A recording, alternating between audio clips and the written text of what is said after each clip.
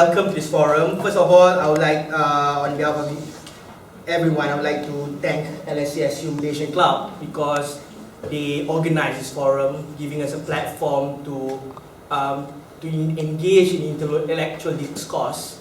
It's no more about which party wins and which party did not win. It's about the intellectual discourse. In Malaysia, the inti-party, the criteria which is relevant for the future of Malaysia. And also like to thank all the panelists here who are from different sides, from different organizations who are here, willing to spend their Friday evening to talk and engage with all of you about the future of Malaysia, especially on this topic, policy versus personality, what will decide your vote.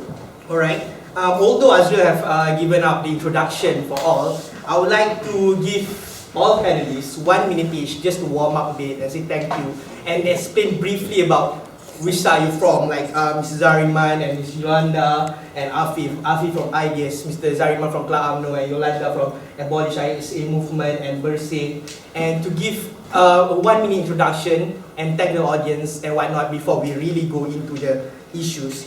So I'll give 1 minute each. We'll start with, on my left side, I'll start with Mr. Zariman. 1 minute for you. Assalamualaikum. Thank you very much, Mr. Moderator, Mr. Chairman Azril. I would like to thank you for inviting me for this event. Yes, my name is Zariman Ibrahim. I'm the chairman of Club UMNO United Kingdom. Been here for 16 years. Going back soon for good.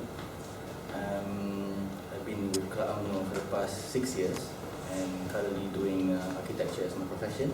I have my own firm, thinking of going back to contribute for the country. Can you follow on? Yeah, my name is Muhammad Hanis bin Hadisa. I'm third year, currently pursuing my studies in electrical and electronics in UCL, as you have seen in the previous slides given just now. Not much from me because I'm not involved into a political environment, but as the time goes by, I believe that students need to improve their ability, means that their skills, and also the education system as well from the side of the government in order to improve the country as well. Because I believe that all these best leaders, so-called best leaders of our country, must be born in the real system or education of the best education system in Malaysia. That's all. Assalamualaikum and good evening. I'm Afif Abdullah. I'm associate at IDS. I previously worked with them on full-time basis about 17 months, and now I'm doing masters here in LSE. Basically, IDS is a non-partisan yet very political NGO. Our founders belongs to various political spectrum. We got 3 founders. One, Muhammad Firdaus, is a member of UMNO, political secretary to Menteri Besarjo. Then we have Wan Saiful Wanjan, a lifetime member of PAS, and then we also have Tunku Abdul Muris, a royal family of Negeri Sembilan. So we got UMNO, PAS, and the royal family. So we are non-partisan, but at the same time we are very political. We were established 2 years ago with the purpose to spread the philosophy of classical liberalism among Malaysia. We believe in free markets, rule of law, and individual liberty. And we are looking forward for if you're interested in internship and ideas, feel free to email us. And yeah, thank you very much. Thank you, Dr. Munson. I don't think I'll be able to fill 1 minute. I'll talk to you. I'm a consultant anaesthetist at the Royal Marsden Infirmary, and I have been asked to speak on behalf of my overseas vote. My overseas vote is an organisation that is non-partisan, but we have been formed principally to promote the rights of all overseas Malaysians to take part in general elections. Now, our key aim is to secure the right to vote for all Malaysians who are living overseas without discrimination on the grounds of employment or occupation. We want to educate and engage the Malaysian diaspora so that they are aware that they have a right to make a stand and to be assertive in demanding that their rights as enshrined in the Constitution is protected.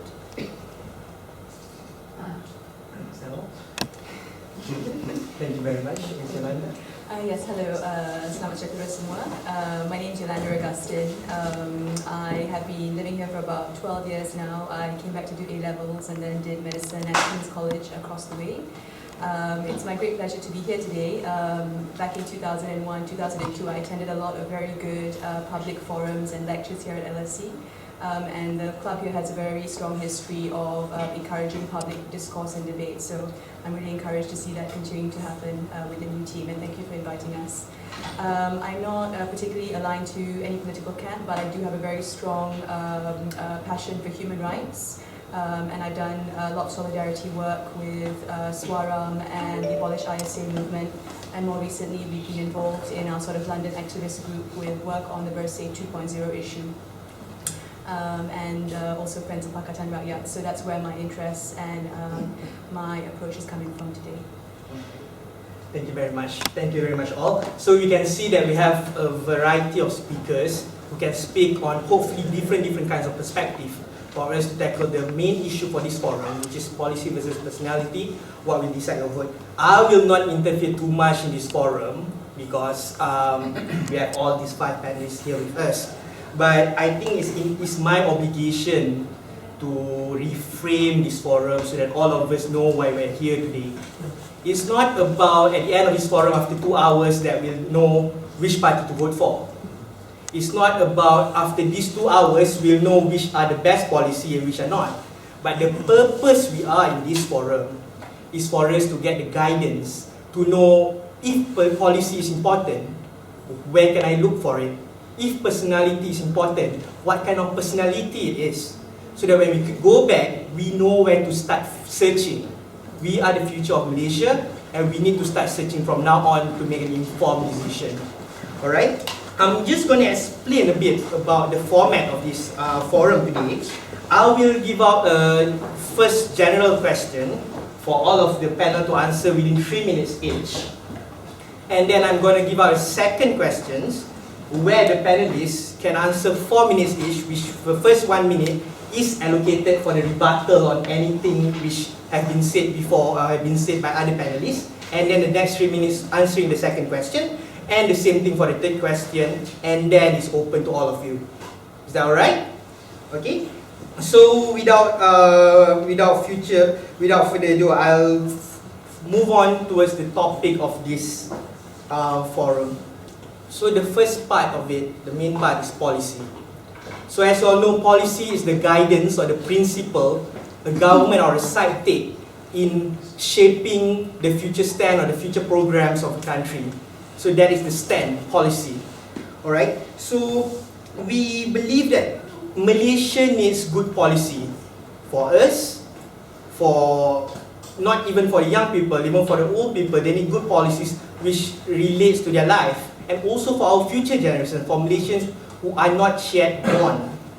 So these are important, but I'll say that what are the two, so the question now is what criteria, what is needed to shape the best policy ahead. So I'm going to rotate the discussion starting with Ms. Yolanda, and then all 3 minutes. The question is, what, in your opinion, what are the 2 most important criteria in making sure that we shape the best policy ahead for Malaysia? Everyone clear? So Ms. Yolanda, can you speak? So as in, what are the 2 most important criteria that a side, either BN or PR, whatever governing party should take, so that should take into consideration so that they can shape the best policy for the future of the country?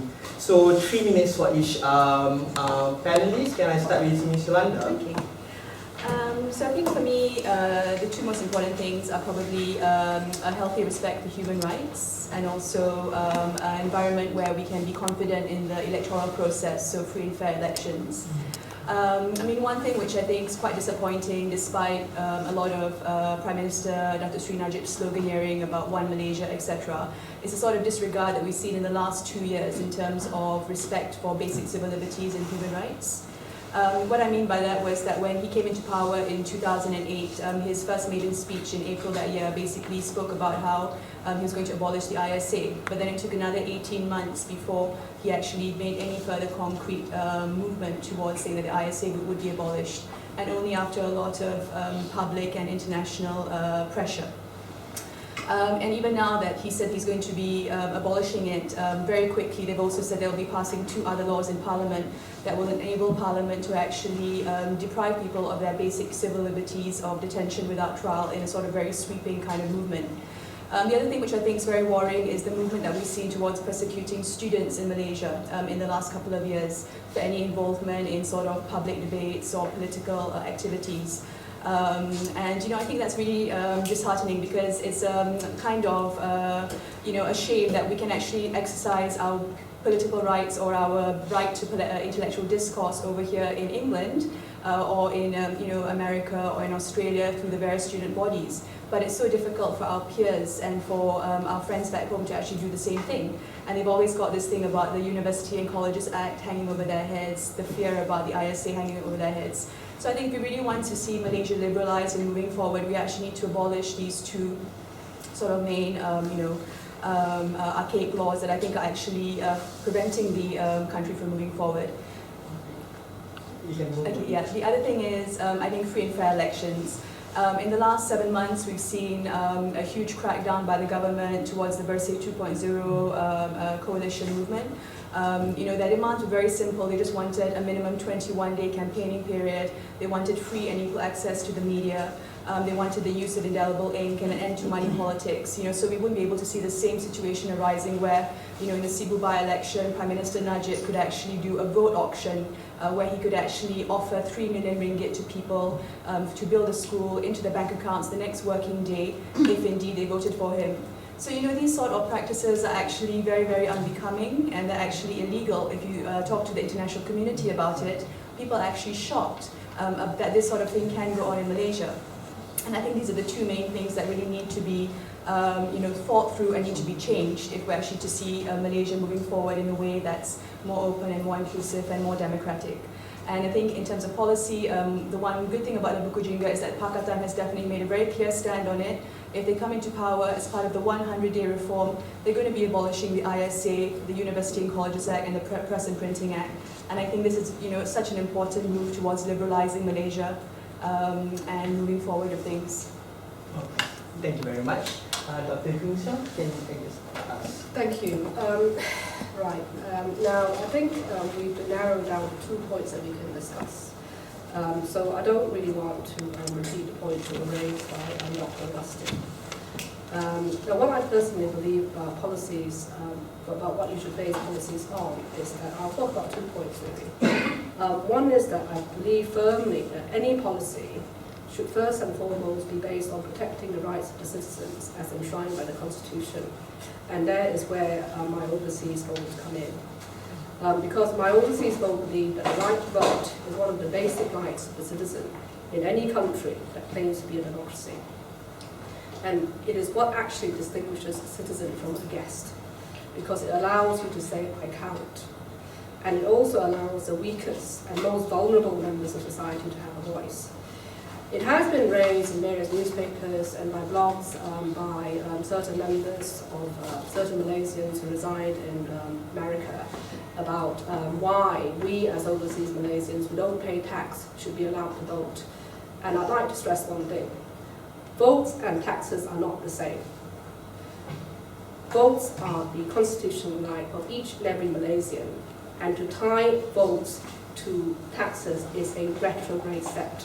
And it is a step that is used by authoritarian regimes to try and entrench themselves in power. In other words, in most authoritarian regimes, there are a lot of people who have left those countries because of political disillusionment. So therefore, if you allow them to vote, how do you think they're going to vote?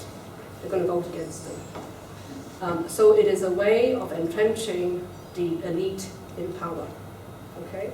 So I want to disabuse everybody of the notion that taxation ought to be linked to votes. And actually, if you actually look back to the history of suffrage, which is the history of winning the vote for everybody, traditionally, any say in the governing of any country was tied to property. So only men with property in the Middle Ages could have any say in the governing of the country. And the long ride to democracy has really been a history of expanding the rights of the citizen down to the weakest. Okay, so that is one. I believe that any policy must be based on protecting the rights of the citizens as enshrined by the Constitution. And any party that chips away at your rights should not be voted in. Okay. Number two is that I believe that any policy cannot be written to protect the status quo and to promote the self-serving interests of lobby groups. And as an example, I'm not going to talk about Malaysia, but I'm going to talk about the role of the oil and gas lobby in undermining the fight against climate change. And this is especially important in the US, where 90% of the elections to Congress has been won by the candidate with the most funds. And in the first decade of the millennium, companies from the oil and gas industry spent $100 million on US politicians, to get policies squashed that went against them. And to further expand on what I meant by how they cannot be written to protect the status quo, Friedman and a lot of his friends in the 1970s developed this idea of neoliberalism. And even nowadays, they are still trying to defend their role in the murder of Salvador Allende in Chile. And Chile is a shining example of the abject failure of neoliberalism. Any policy which is written to protect the interests of the few and to disinvest the rights of the many is bad policy. And nobody can be fooled into thinking otherwise. Dr. Henshaw, to chip into your first point, where you say that taxation about the rights of Malaysian overseas to vote because it's constituted in the human rights of Malaysians. Devil's advocate says that you can't really make an informed decision if you're not in the country that you're voting in. Although people say that outside there's internet or blogs and all, the devil advocates say that you don't really know what's happening to people, that you don't experience it firsthand. So do you have anything to say about that? Well, but we do experience it firsthand. That's why we're overseas. Okay. So I mean, like, if you're in overseas for like 4 or 5 years, say, and after the previous GE you're overseas, and for the whole time after the previous GE until the upcoming GE, you're not experiencing the policy firsthand. Oh yes, but then we do. I mean, the thing is, the reason why I got involved in my overseas vote is because for 5 long years I've been involved in 2 NGOs in Johor, which is my home state. And the NGOs that I'm talking about are it's Save Our Seahorns Malaysia, and Jari, which is a NGO composed of subsistence fishermen, the poorest poor, to try and protect their rights. And what has been happening there is that there is this policy called the Iskandar Industrial Corridor, which is ostensibly to improve standards of living. But what it has translated to is an absolute disaster, both in environmental terms and in standard of living terms for the subsistence fishermen, because they now cannot make a living. So I can't really, so I can say that we do see at first hand what is happening to our country, even if we live overseas, because most of us go home every year. Okay, thank you for that. Alright, can we move on to our next panelist, free from ideas. What are the 2 most important criteria in shaping the policy for future Malaysia? Yeah, I would believe the first criteria, it has to be constitutional. I believe constitution is the highest law of our land. Yeah, it has to comply with all the clauses in the constitution. And the second criteria, I think it shall have this mandate from the people, or in other words, it shall be democratically legitimate. It is wanted by the people themselves. So come to think about it, does Pakatan Raya or Barisan Nasional offering anything that what the people really want? I would say yes. In fact, in some of the most important policies, they are offering the same thing, regardless of whether they are Barisan Nasional or Pakatan Rakyat. You see, in the latest trend, latest years, in recent years, I'm sorry, the policy changes in Malaysia. We can see this trend. First, Pakatan Rakyat is advocating something, and then Barisan Nasional come to implement. To take an example, minimum wage, Pakatan Rakyat have been advocating for many years, and then only last year, I think, Barisan Nasional start to mandating minimum wage in all sectors.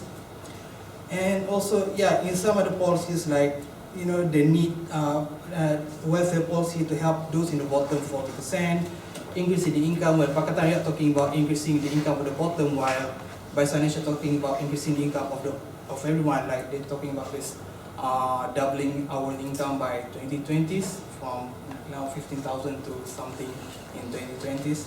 Can I interrupt you there? Yeah. I mean, like, because you're seeing the second point is that our other sides, BN or PR, implementing what the people want. But come to think about it, does what the people want good for them? So what is your say about that? Either populist policy or doing what's right. Can you elaborate on that? I would say I know what is good for me as a voter.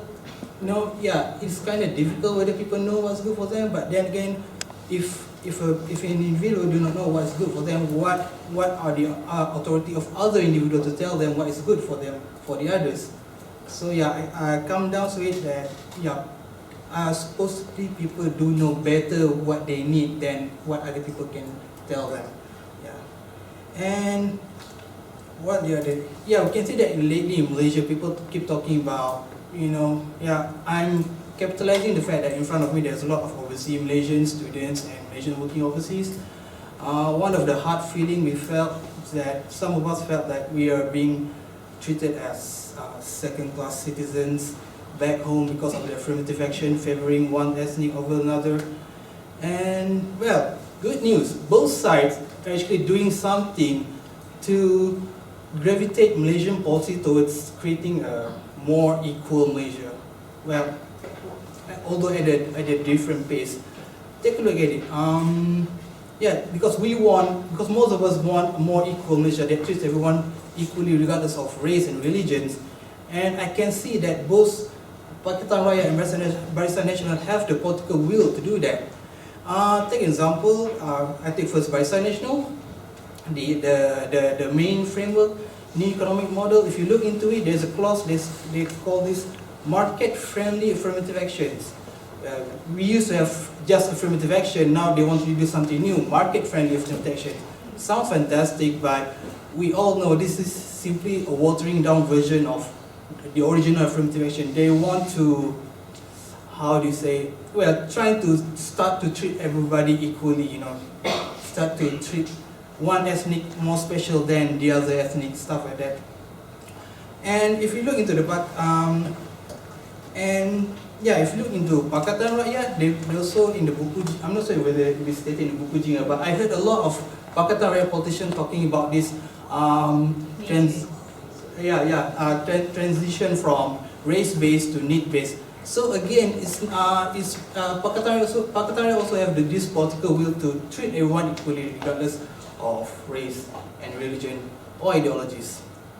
And yeah, I think both sides are doing exactly what people want. Well, not everybody wanted it. I know some people like Perkasa, Ibrahim Ali, they're not happy about it.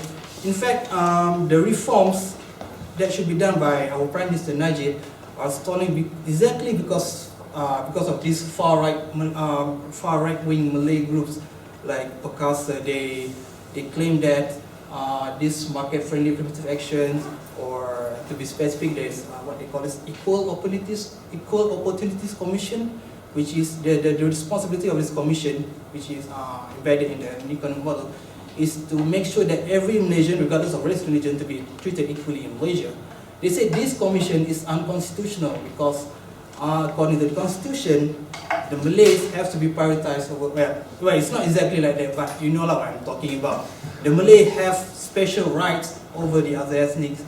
Also, it can be debatable whether it's term of leadership or it's term of special treatment. Like university quotas, scholarships, business licenses, and stuff like that. Thank you, Mr. Afif. Alright, moving on to Mr. Hanis. Representing a group which can be dubbed as quite socially conservative. Okay, So in that perspective, what do you think are the two most important criteria in shaping Malaysia's future policy? Okay, first of all, I want to correct the statement. I'm not a socially conservative. I'm a bit of one of that. Okay, but the first one, I think, the one of the most important thing, which the policies must be written in the context of the real understanding of justice in the context of Malaysia, because justice is one of the big issues which it's very big. Even Amartya Kesan, the one lecturer came from LSE, what he said was justice, there is no absolute justice. There is no like an ideal justice. But what we can do is avoiding injustice. So, okay, so this justice, because I have to, I love to take the definition of justice in the context of Islamic definition of justice, where justice means put things in its right place. When you looking at this phrase, put things in right place is actually parallel to what Amartya Kesan is trying to say, where you are avoiding injustice, isn't it? So, but when we were talking about justice, so basically people have their own opinions. Different people have their own opinions based on the context of knowledge and background where they were growing up, isn't it? So basically, they will be revolving around three main ideas, which the first, maximizing welfare, where the second one will be respecting freedom. Yeah, that's what we're talking about. Then, and modern justice definition is usually about respecting freedom of individuals. Then the third one will be promoting virtue. So if you really see these three main characteristics or issues revolving around this idea of justice, you will see that it's really important as like maximizing welfare. We want to minimizing the gap between the rich and the poor, isn't it? But how? They pay tax, but somehow they have to bail out some of the big banks or big financial firms, as what we have seen in the last financial crisis in 2008, where in America, where you'll see the taxpayers really angry with the what we call it, the decision made by the government, the US government, when they want to bail out these big banks about 700 billions. You see, like 700 billions. And when you were saying about in the context of the rich, when they were saying about, okay, this is my freedom to choose whatever company I want, because this company is going to melt down, or so I need to go somewhere for a secure place, isn't it?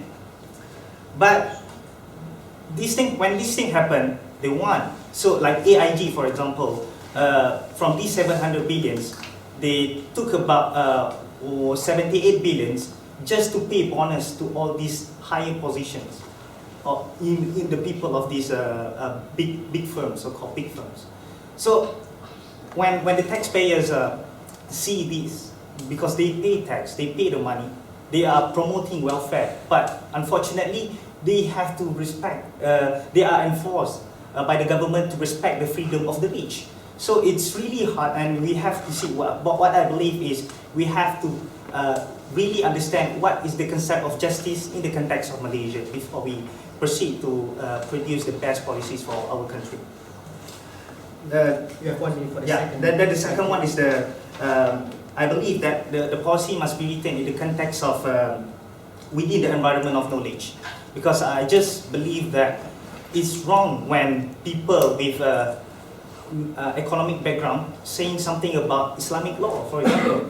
They don't have the knowledge, the real knowledge of the Islamic law. And it is the same as when the people of the pious man, like for example, he's too Islamic or something, he says something about economy. It's just wrong. So I believe that we have to put right person in right place in the right context. That's all. All right. Thank you very much. I'll move on to Mr. Zarima. You have 4 minutes. I give all of you 4 minutes as well. You have 4 minutes to explain about what are two main criteria which is important to help shape the future policy of Malaysia. my opinion, two main criteria I think is important is, first of all, I agree with Mr. Afif, it's constitutional, but the other thing is transparency. So these are two main keynotes I think is important for things to make in the process. Alright. So yeah.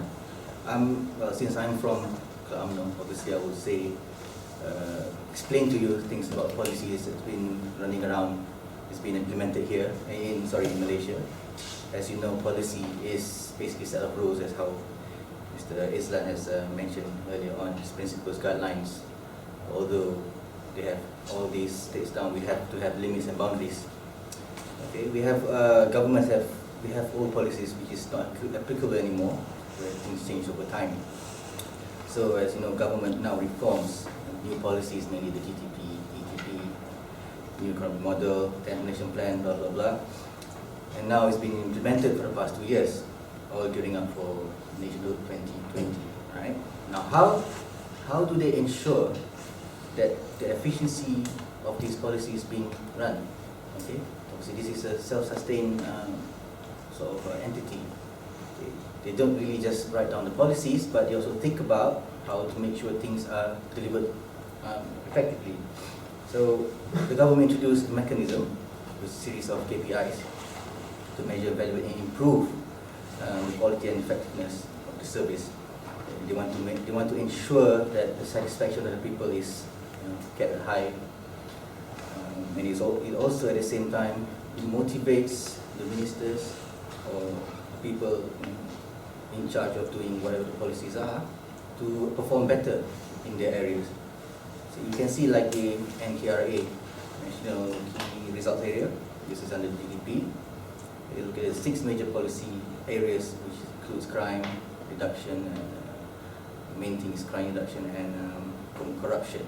That's the main topic, although we have all the infrastructure, transport, the middle class, wage, and also education. We also have the NKA under the ETP, identifying 12 sectors in creating high income economy for Malaysia. And both are driven by Pemandu. See, this is the entity that makes sure that it goes back to where it's supposed to be. Basically, it oversees the implementation, the progress, the facilitation, and supports the delivery of GTP and ETP. So government actually thought about not only just laying down words in just a set of rules, but you also think about how to improve and to evaluate and also to make sure that it's delivered as how to what people want. So if you don't perform, you're out. So it's not really just you're going to stay there and just goyang kaki. So the concept of KPIs is inherently, it makes the government more accountable. So you see, as you know, the government also has listed down 131 entry point projects under the ETP, which includes the Greater Kuala Lumpur, Damansara City 2, Project MRT, the Talent Corp. Government has also identified 69 more new EPPs. So things are improving under these policies that they've been applying. Excuse me, can I stop you? I mean like, NKEA, GDP and EDP. Some people say it's good, some people say it's just a populist manifesto. Because as you said, one of the important criteria is the implementation. But how far have this implementation really helped this policy, or is it just a manifesto for the people? Is it just a populist manifesto? So is GDP and ETP a really important policy which can help nation go further, or is it just a populist manifesto? I don't think it's a populist manifesto because obviously we planned this, the government planned this to target 2020. We just implemented 2 years. We have to give more time, we have to give more consideration that, well, Rome wasn't built in a day, isn't it? So more time is needed to actually evaluate, and we get the results in due time, maybe before 2020 hopefully. But 2 years is just too early to evaluate. Right. Do you want to wrap up your points before? I'm just going to say something else. Other than that, we have transparency of the government. As I said, it's one of the criteria. The legislation system, you can see that it's free and it's not deciding any side is not influenced by the government. The open tender for contracts now, you can see it's online. You can apply online. There's no bureaucracy, there's no direct negotiation. That's how we know that it's been done before. And wrapping up, I would just say the government is listening and is reforming. In this case, you can say it's for the ISA, for the ALCU.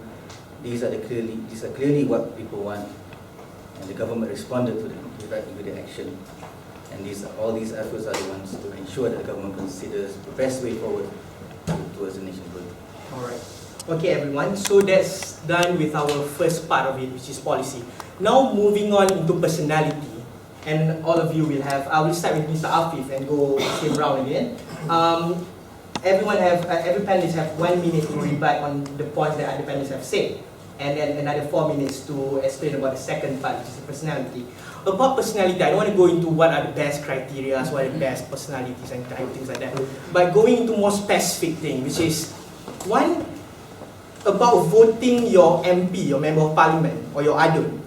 So, one part say that you want politicians to be on the ground, people who comes to every evening, goes to the mosque or goes to the church or goes everywhere to welfare events and whatnot, so that they are closer to the voters. And another part, you need intellectual people to legislate, to help vote for the right policy. So these, although the best possible solution, sometimes you can't just have both. And to put this into context, to make this forum a bit more, not sided, but to tackle the issues, I would like to ask each panelist to say which part of it, is it closer to voters or intellectual, which are more important and why? Can we start with Mr. Afif? First I would like to use my first minute to address Dr. Hun Seong's mentioning about neoliberalism and President El Salvador Salvador Allende in Chile. I think there is a weak connection between neoliberalism and the assassination of the president. And first and foremost, we have to understand the context during the time. It was during Cold War, and you know how life is under communism. Salvador Allende is Marxist president, communist. So life won't be so good. Life will be so good if he comes into power. As we can see in our part of the world, the Korean Peninsula, life is a lot more harder in North Korea than in the democratic South Korea, because of the North Korea, they're communists, exactly like Salvador Allende. And which one is closer to the voters when it comes? Do they want politicians who are friendly to them, or do they want intellectual politicians? I mean, what is good for Malaysia? The voters definitely want people who are closer to them, but what is good for Malaysia? Apparently the logical answer, we need more intellectual politicians.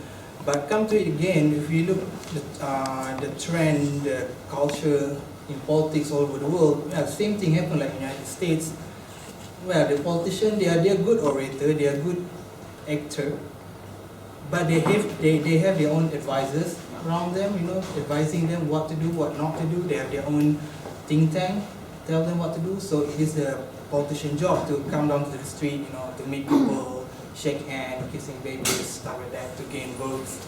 Just to let these people feel comfortable here and representing you and stuff like that. We still need more intellectual politicians, definitely, because ultimately these people are the ones who are going to legislate new policies. You would want them to be very smart before they legislate anything new in the parliament or Congress. Alright, that will be my answer. Alright, can we follow on with Hanif? I just want to talk about what Abang Zariman said just now about the Pemandu or Talent Corps, which I think the one which I really concerned about is brain drain, and also the way how the scholarship is being distributed among the Malaysians. Because even though we have been given a lot of opportunities to those two bodies, but I can't really see about, they impress the brain drain out of the country to come back and serve the country. And we still can see that even though a lot of scholarship will be given to a lot of brilliant students, but we still can't produce the best leaders among the students. So I hope that the government will try to look at the policies back and try to look at affirmative actions, whether it's still needed for the affirmative actions in the scholarships distributions, or we have to do something to get the best students and the best candidate to lead the country in the future. For the second part of it, whether it's closer to the, what we call it, the people or the intellectual part, I believe that it's still in the context, because if you see the Malay population, they still believe in the personality of the candidates. So it means that if you are representing Malays, you need to have a strong personality. But I will define what is the personality. Personality means you just don't have the what we call it, the moral or the akhlaq in Malay, but you need to have a strong education background. That's the one of the strong personality. And if you are talking about Chinese, they are more concerned about policies, because they are more what we call that because they are more concerned about these affirmative actions implemented in most of the government policies. So I think if you want to, if I have to say something about which one I prefer to, I believe that it's still we have to look in the context of what kind of group we representing for. That's all. All right. I mean, to move on to add up to that question, you mentioned that it basically depends on the race. You're saying that if you're Malay, you look more on the personalities, and if you're Chinese, you look more on the policies. But do you think that's good for Malaysia? Do you think we should move on from this where it's no more about race? And if you do think so, what are your suggestions on that? Because if you are, okay, like Malaysia, Malay itself, most of the issues regarding on the religious issues, if you see like the recent one, all this import, yeah. So I believe that if the Malay representative itself have a strong personality, because I'm as a Muslim, I'm talking about as a Muslim, so I believe that to be a good Muslim, I need to have a strong akhlaq, or the adab, when you, what we call that, when you interacting with people, and you have to respecting freedom of others, the non-believers. You get what I mean? So what I'm saying is, like in the Malay, in the Muslim context, if you have a strong personality, I believe that you will have the sense of responsibility to be a good leader and improvising your knowledge, and as well, it will lead to the intellectual part when he comes into the power. All right. Yeah. Can we move on to Mr. Zariman? Alright, first just to respond back to saying about the talent corp brain drain. Just to say that talent corp is the entity that's trying to bring back Malaysians back to Malaysia's point of view. But the problem is they don't want to come back. Sometimes it's their own will. See, I want to go back because I have my issues, I have my family to go to. But then I know there's a talent corp, that's why I applied for it. So it all depends on the person itself. So government has provided the tool for people to come back. It's up to them how they want to go back or not. And of course education, I'm sure the government is looking into optimizing and improving the education. I'm sure that's in the part of the GDP. And talking a bit about AUKU and ISA, just to say that the government, well, they say they're going to abolish it. They're going to replace it with something else. I think they're going to announce it in March next month. By saying that, government is hearing your say. I'm just saying that your efforts all this while, the demonstration is being seen by the government, and we are taking action. No, we say the government. So we are reforming to hear what people need, basically, even if it's overseas or back home. So we are taking action. We are doing something. We are moving towards listening to all parts and all different parties of the Malaysian world. And Yeah, I mean, moving on to the second question, so it's just either you need to be closer to the voters or you need to be intellect. Which one is more important? I would say intellect. Intellect. Because if you say about people who comes down to community all the time, it doesn't mean that, okay, he's nice, he has more time to see people, but it doesn't mean that he's got a good personality. It doesn't mean that he can interact with people that much. Okay, he's there. But at the end of the day, I think personality means that he has to be well accepted by people in the end. That's the main issue. That's the main thing. He has to be likable. He has to be approachable. Can really mix around people, can coexist with other people. That is basically nurturing him to be a leader. That's how people can identify him to be a leader. And I think in every organization, we have their own mechanism to select leaders. Like in UMNO, we have the pemilihan in UMNO. So people will decide when they see the personality. I may have different personality. Yours is unique. Theirs is unique. So people can see, people can know who's okay, who's not. So they are the ones who decide whether this is the right candidate or this is the wrong candidate. They will know whether this guy is knowledgeable or this guy is just someone who can just talk and good PR, but selfish. He can be arrogant. They have different. It all comes in a package. You have your personality, but you have to also have your moral values. There's no point you don't have either, because you can be so good into your personality, but you have bad moral values. You're doing things immorally in terms of your religion. You can have someone who's nice and quick, is quiet, but different types of people, All right. Can we move on to Ms. Yolanda Augustin? Can you repeat the question? So basically, like in my state, say Malacca, which is whole at the end, but most of the Adun are not really well educated. I'm not saying that people who are not having university degrees not intellect. Yeah. But to put into context, they are not the well educated, they are not the cream of the cream, they don't choose politics as their careers. So which one is more important? The intellectual to legislate the next policy, or the effort to put and go down to the constituency and meet the voters? Can we start with Ms. Okay, I think perhaps I'll talk about what I believe is important. Okay. Now, politicians do not operate in a vacuum. And of course, you want to elect a politician who's honest, upright, has integrity, and so on. That is important. But most politicians are actually limited by the party line and by political expediency. And for example, you'd be very, very brave to go against Putin if you're in Russia. Okay, no matter how nice you are, how honest, all the rest of it. So politicians are limited by policies, by the policies that are set by their party. Okay. And I think it is important for a politician to actually work from the grassroots.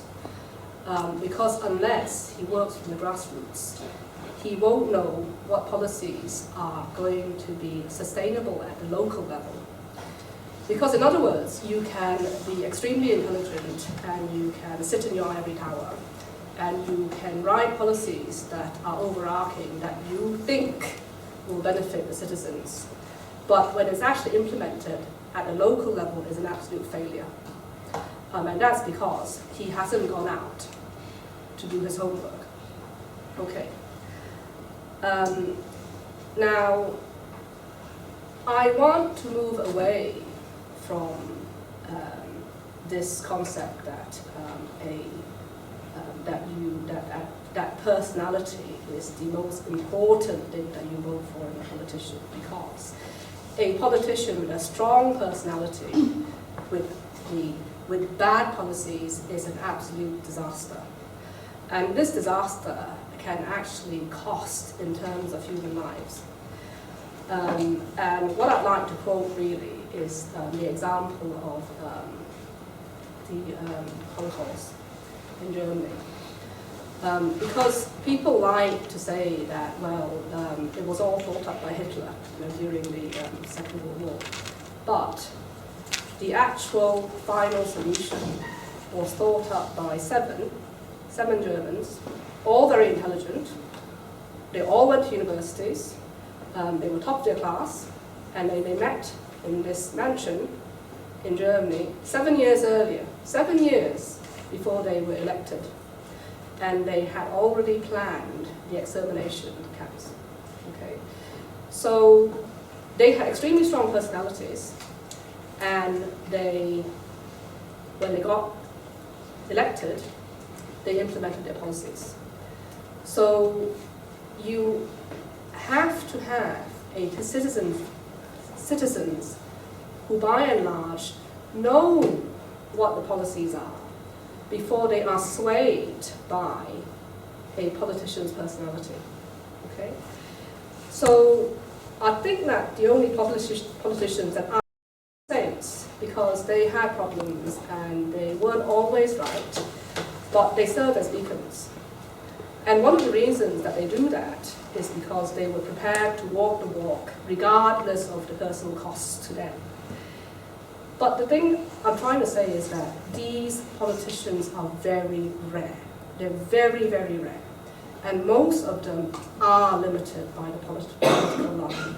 So if I want to summarize, what I personally believe is policies which promote fair shares and people care first, and then afterwards you can vote in politicians with honesty and with guts and who are in touch with the people to follow them through.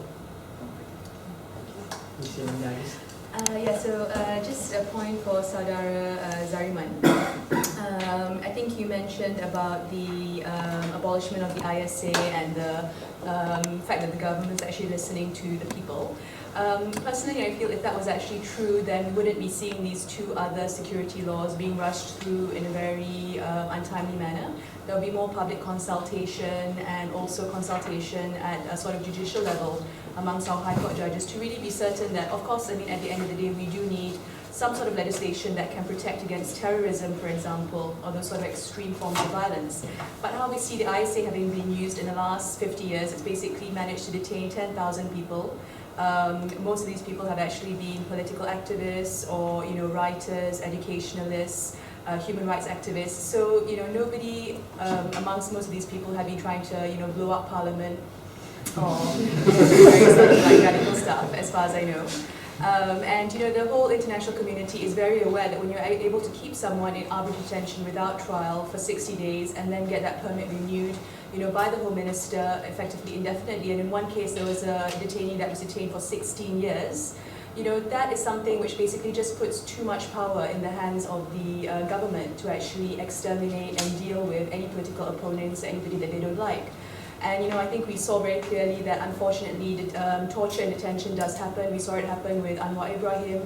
We've seen it happen in many other cases. The death in detention that's been happening in Malaysia as well in the last 5 years under police detention as well is very, very concerning. Last year there was something like 1,200 deaths in detention, and things like the Kugan case and the Teo Beng Hock case being more high profile. But there are many other people who are actually just being killed off, and we're just totally not aware of it because they do not have the family or the support mechanism to bring this up into the public eye. The other thing is, if the government's really listening, why are they continuing to persecute students under the UUCA? I think we saw recently about Adli Amin and the student who basically is being persecuted because he took down the flag of Najib at a student protest. And then similarly in the Hulu Selangor by-election, the 4 students that were suspended from their university courses because they were seen attending the Hulu Selangor by-elections, although they were actually political students studying politics. So, I just feel very uncomfortable that on one hand the government may say that it's trying to reform and trying to change these archaic laws, but on the other hand it's continuing to push on and persevere with using these laws to actually pick up people they don't like and to actually stifle dissent and keep people quiet. And I think the Peaceful Assembly Bill is a very good example as well of how it rushed through legislation in the space of less than 2 months. As soon as it saw the demonstrations happening in Bersih, they did not want to see a repeat with Bersih 3 if that happens. And so basically they put through the Peaceful Assembly Bill. And now, you have even more problems trying to get a police permit than you did before. And the only people who can congregate in a situation of more than 4 people in a public place are if you're having a wedding and a funeral. So actually trying to have a public meeting like this today in Malaysia we would need a police permit. So, you know, there are those things which really concern me. And then also on the issue of transparency, thank you very much for bringing that up. Because, you know, back in 2006, Malaysia was ranked number 53 on the Transparency International Index of Corruption Perception. In 2009, it fell to 56th place, as we saw. In 2011, December, unfortunately, it's fallen to 60th place. So, you know, this is something which I think is really, really concerning. If we really want to progress and become a more open and inclusive society, corruption is something that we have to deal with and we have to stamp out. And, you know, unfortunately, every day, if you read the alternative media, you're not short of stories of you know, government ministers, of you know, big public business leaders who are involved in corruption scandals, and they never get prosecuted. They never get prosecuted. Sorry, they never get brought to trial. They never get made to be accountable for the money that they've siphoned off. You know, so I think that's something that's actually very, very upsetting, because if you look at all the money that's been lost, billions of ringgit that's been lost in corruption scandals and cases in the last 30 years, that would, if we had actually poured that into developing a world-class education system and a world-class medical healthcare system, you know, Malaysia would be a very different place than it is today, and probably many of us wouldn't have to come overseas to study or to get a world-class education. You know, because in the 60s, Malaysia was actually a leader in the field of education. In the 80s, it was leader in healthcare. You know, today, the Thai universities actually sit up above us. And if we want to get, you know, better healthcare, we've actually got to look at healthcare tourism in our other Southeast Asian countries. So I think that's something which, which is very strongly to me. Move on for this. Yeah, sorry. On the issue of whether personality or you know, intellect should actually rule out, obviously, I think in some senses we expect too much of our members of parliament. If you ask me, to be honest, I have some friends who are MPs, and you know, they work very, very hard. But unfortunately, if you think about it, an MP only gets paid 5,000 ringgit a month at the moment in Malaysia. And I think that's one of the problems, because they're paid so poorly that actually it encourages corruption amongst the political strata. And on 5,000 ringgit a month, it's practically impossible to run an office and to run a constituency. And every time you go to somebody's kenduri, kendara, or you know, a wedding, a death, people will expect you to give them 100 ringgit, 200 ringgit, 300 ringgit. All these sort of practices, this is a reality. And unfortunately, all these practices are part and parcel, I think, of what really causes corruption to continue to roll on in Malaysia. So what we should be thinking about actually is, first of all, electing people who are the best in terms of the intellect, because they're actually policymakers who are meant to be sitting in parliament, actually legislating law. And I went to parliament when I was back on holiday in November in Malaysia, and unfortunately it was 60% empty, you know, and then there were some parliamentarians who I actually saw falling asleep. So obviously we're not putting the best people in there, unfortunately. Secondly, we have to give them the infrastructure and the team to actually manage the situation. So like in the UK, for example, you have MPs who are elected, but then they have a good think tank support team beneath them. And these are the people that actually go onto the ground, that do the day-to-day work of meeting people in their homes, at the areas where there have been fires or public disasters or whatever. And these people also help them to run surgeries in their constituency. You know, so twice a week, my MP, for example, runs a surgery where you can walk in like for 2 hours, and you can actually voice your concerns and your problems to them in a very direct manner. I mean, you brought up a very interesting point, which is the MP. I mean, voters are expecting too much of their MPs. Yeah. Because, all right, but yeah, I have this concern as well, where the MPs are not really paid that well, and it definitely adds up to corruption. But to change that, it needs a massive political will to pass legislation where the MPs allowance will increase, because the rakyat, the voters, in terms of this condition where the economic crisis and whatnot, they feel that their leaders are cheating on them. So what are your view on that? How do we achieve, both sides need to achieve this political will, can they? And how do we move on this? How do they achieve this political will to do what's right? So I think that actually what the first way to do it is actually to come down hard on corruption. Because I think basically when we start to have a zero tolerance policy for corruption, and we make corruption such a terrible thing that basically if you're even slightly associated with some sort of tainted situation or organization or deal, immediately you have to resign from your cabinet post, immediately you're fired from your position, and you can no longer take public office, then I think it makes the reality of corruption a very scary reality to people, and they will shy away from it. In Singapore, they pay their politicians very well. The Prime Minister of Singapore earns $1 million Singapore dollars a year. I'm not suggesting that we should pay our politicians that well, but I do think that we basically need to rethink the reality of this. And if you want to attract the best people, also, I mean, why do people choose to go into banking, or why do they choose to go into like privatized healthcare or whatever? If you really want to attract the best people, you have to ensure that there's appropriate remuneration. And I think that remuneration, will actually will help to actually get the best people into the jobs, but also retain them, and it will also stop them having to take cuts on the side. And the problem is, I think that a lot of politicians in Malaysia today see politics as an easy way to get rich. We have to stamp that out. It must be seen as a public service, something that you really do because you're passionate about it and you want to see positive change come into place. And I think you also have to think about the support system and the team that work with the MP. So it should never be based on purely one person. I know some, Pakatan MPs who are very clear from the beginning that they want to work as part of a team. They don't make any decisions unless they've already discussed it within their think tank group, and there's a definite platform and a basis for taking that through. So I think that's very, very important. Thank you very much. Alright, before I move on to the third question, I would like to ask, because we have 2 students over here and we have a lot of students down on the floor. Alright, so the crucial part, the sad part about Malaysian politics is you ask all of the future, the bright Malaysian students who are studying overseas, you ask them, do they want to enter politics? I'll say none of them would say yes. Or I'll say 1 in 100. I joined this otak-otak program in Malaysia. So they say the top 40 interns, I don't know why I was there, but they say it's top 40 interns. When they asked, I was basically by far, in terms of universities and course, I was the lowest among them all. And when someone asked, who among all of you in 5 years' time will join politics, sadly I was the only one who raised my hand up, although I was by far the weakest among all. So this is a hard reality. Our bright future minds don't want to enter politics. And I'm opening this question for the 2 of you, current students. How do we overcome this problem? Can I start with Ms. Afi? I will take on Yolanda's point that for a start, we must make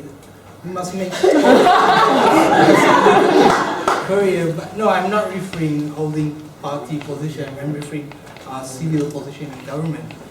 And I'm well aware of that smart students refuse to enter politics. I hate politics. Some of them, I did my first degree in Malaysia. I experienced both here, in how university student think back in Malaysia and here. And apparently they are more or less the same. The smart students tend to shy away from politics. The only way that I can convince other than the good remuneration package, I can only convince by, they used to be saying by Plato that the punishment not to involve in politics is that you're going to be governed by someone who are worse than you. So if smart people refuse to enter politics, then they should not complain if their leaders or politicians are made up by a bunch of clowns. Alright. Okay, you undergraduate student Hanis, I'll ask you another special questions. If, let's say, after you graduate, you have the opportunity to join politics, which I see you won't, or most people won't, what would make you make that choice to enter politics? What kind of things will make you that choice? Will help you make that choice of entering politics after you graduate? Okay, first of all, I will enter politics once when the time is right. Okay, it's always about the time. Right? But I have to look. I love to look on this issue based on these 2 main problems, which I think it's facing a lot among Malaysians, especially. First of all is the definition of democracy, because a lot of Malaysians, they define democracy in terms of peti undi, you get what I mean? But the real definition of democracy, it's what have been written by Milton Friedman in his book about freedom and economy, something like that, I can't remember. But the democracy definition is about the involvement of the people. But we will see a lot of students, especially, they don't involve, they just be ignorant, do their own activities and just focusing on their studies. The second problem is confusion with the definition of freedom. when we were talking with a lot of students, okay, this is my freedom. I choose to be bankers. I choose to be in this line. Then I just want to choose to be in politics. But I believe that the definition of freedom, you have to be precise on the definition of freedom itself.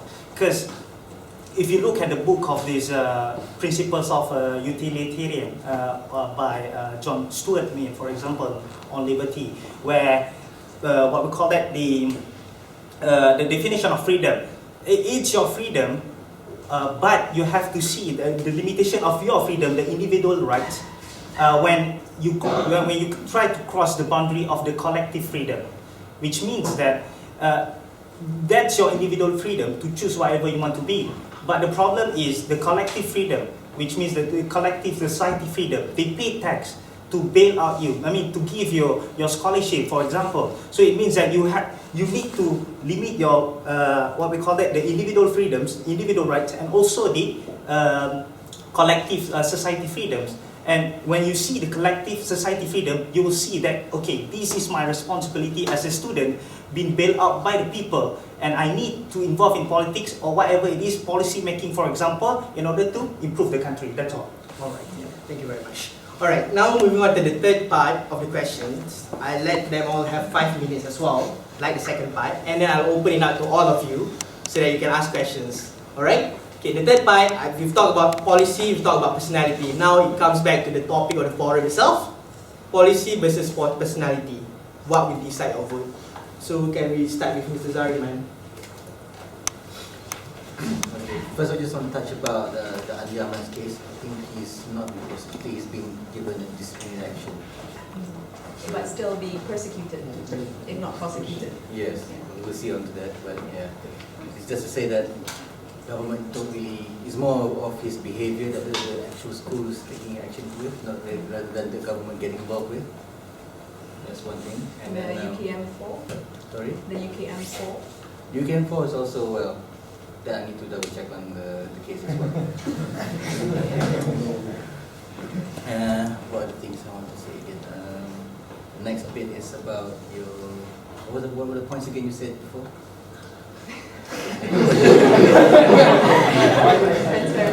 Transparency, corruption. Corruption, yes, corruption. Corruption is basically what, under the GTPs, what the government policy is looking at is to reduce the corruption rate.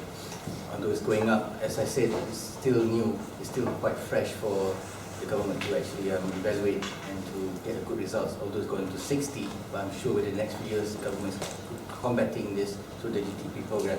I myself, I don't like corruption too, but I think corruption is basically, it's not the party's flaw, it's a human error, it's a human flaw. You give anyone to be in power, maybe something like that, or it depends on his personality, in time it will be corrupted as well, I would say. It doesn't happen in just Malaysia, I think it happens everywhere. So regardless, I think even now we have even, you can hear stories even in Penang where Lim Guan Eng, there's a issue of him being corrupted, so can't really say just UMNO is on the corruption side. It's basically just happens everywhere. Back to now the personality policy. I would say identifying personality with good traits is important in order to ensure the execution of the policies.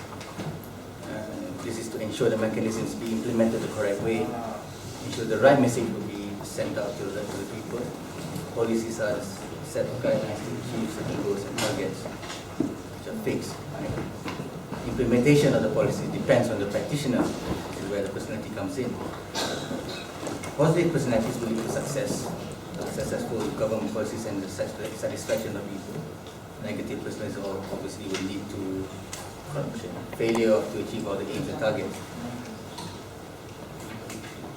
Now, the leadership determines the acceptance of people towards their policies.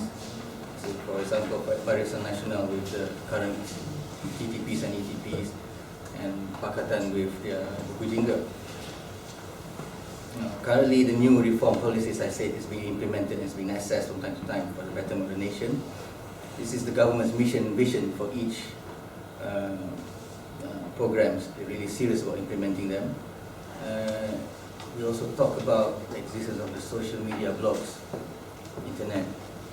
It's a very influential, it is a very influential tool. It plays an important part in changing people's perception. And perception is something difficult to change when you know how you influence people, and you need a lot of work to really change what he thinks about some people or somebody's views. However, with the implementation of these new policies, in line with the right attitude and the right personality in leadership, could possibly change the perception through the people's evaluation. They can decide themselves from what they see. So if you ask me about choose between policy and personality, well, both to me, I think they are important, but I will go for the policy more than the personality, I would say. Because in the case of Malaysian politics, when you're looking at the policies, it makes it easier to compare to what the political parties are promising to do. It helps to generate an unbiased decision to vote for the right personalities. I mean, they can see for themselves, they have the knowledge to know and to vote for who they think is right. So by focusing on the policies, you can actually ignore the media spin, hopefully, and to avoid unnecessary battles among the personalities, among the where this happens between the government or the opposition. It could distract, and this could actually distract the politics from what really matters, you see. So I would say good leadership reflects the government mechanism, it reflects the political landscape in Malaysia. The current government has devised the best policy for the country, which are implemented with quality personalities. Alright, can we move to Ms. Yolanda Augustin? Yeah, so thank you for that. I think essentially, to me, we're definitely at a crossroads in the future of our nation, and I think that that's something that people are definitely feeling and seeing. And I guess we also have to remind ourselves that for 54 years we have only had one ruling coalition in power, and they've actually won 12 consecutive general elections. Compared to Thailand, the Philippines and Indonesia, which when we look at them often we may say that we're more progressive than these surrounding nations. But if you actually look at intellectual debate and discourse and sort of academic freedoms, I think that Indonesia and Thailand and the Philippines actually have a lot to teach us.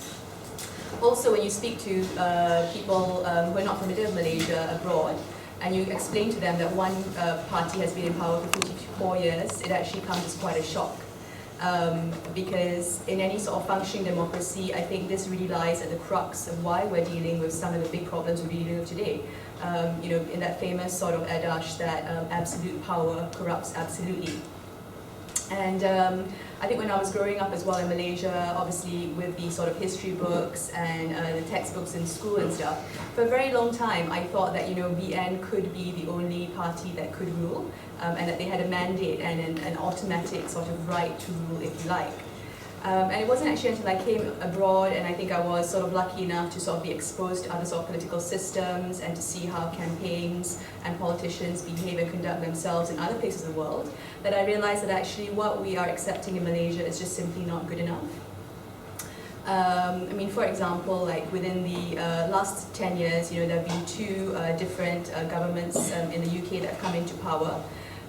Governments have actually changed overnight, and the transition of power has actually been smooth without any sort of like bloodshed or violence, like what we're always told that Malaysia could happen if BN loses. Both political parties have free access to the media. So basically, at the last general election, all three major political party leaders were actually debating each other on TV for 3 nights. And then all the broad stream papers and dailies actually carried comparative analyses looking at the different party manifestos and the different election party plans and principles. So in that sense, the media and the sort of open discourse and debate was actually really giving the voters a lot more opportunity and a lot more space to sort of think about why they were voting for someone, whether it was based on the personality, does their MP look good, or do they say certain things which they like, or are they actually legislating good policies which are in line with the principles and the things that we believe in. And I think this is something which Malaysia really, really, really, really needs. And we have to be brave enough to sort of go beyond the fear factor, or the idea that actually, you know, I think one reason why a lot of young people don't go into politics as well nowadays is partly the fear factor. You know, because things like ISA and the UCA and all those sort of, you know, archaic bits of legislation are always sort of hanging over you, and there's always the idea that, you know, if I decide to do something outside the box, you know, I might be followed, I might be blacklisted, my family might be victimized, etc. So I think that holds a lot of people back.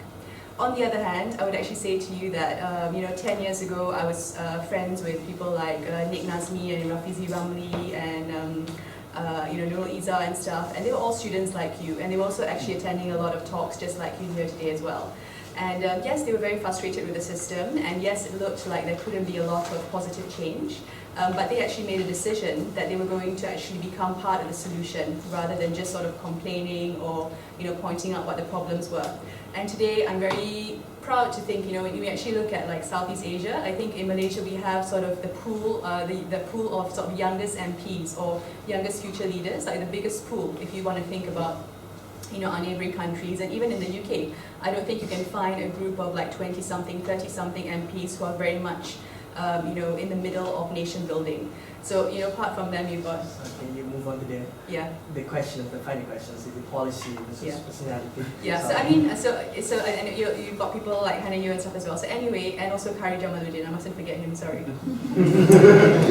But essentially, you know, so they form the personality bit, I guess, because, you know, they're very much people that we can relate to. They have the same sort of common struggles.